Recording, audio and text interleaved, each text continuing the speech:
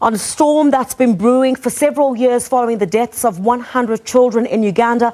An American Evangelist is accused of treating children for malnutrition without the requisite qualifications, resulting in their deaths.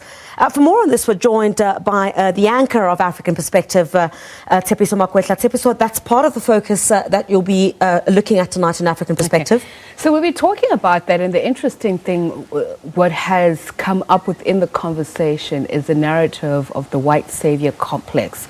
An organization calling itself No White Savior, speaking out very vociferously about why African countries are always allowing themselves or opening themselves up to foreign aid where people don't know where it necessarily comes from or what the objective of that aid is. About 162 billion rand US dollars a year enters the African continent. So in this particular case, we're talking about a woman called Renee Bach. She operates in Uganda. She was quote unquote treating malnutritioned children, and the accusation is that she was doing so without a medical license. And the complaint first came from somebody who worked there, who sounded the alarm to government officials and used a snapshot of what she had said she'd done, that she put an IV into a child with malnutrition. But the long and short of it is that it resulted in the deaths of more than 100 children. Interestingly enough, we'll be speaking to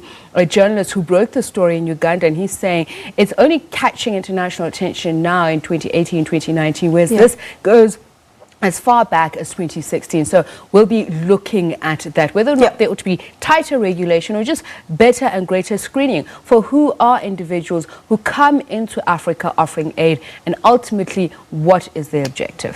Tsepiso, I'm afraid that's all we have time for. Coming up at 21:30 tonight here on the SABC News Channel on African Perspective with Tsepiso Makwetla. Let's see what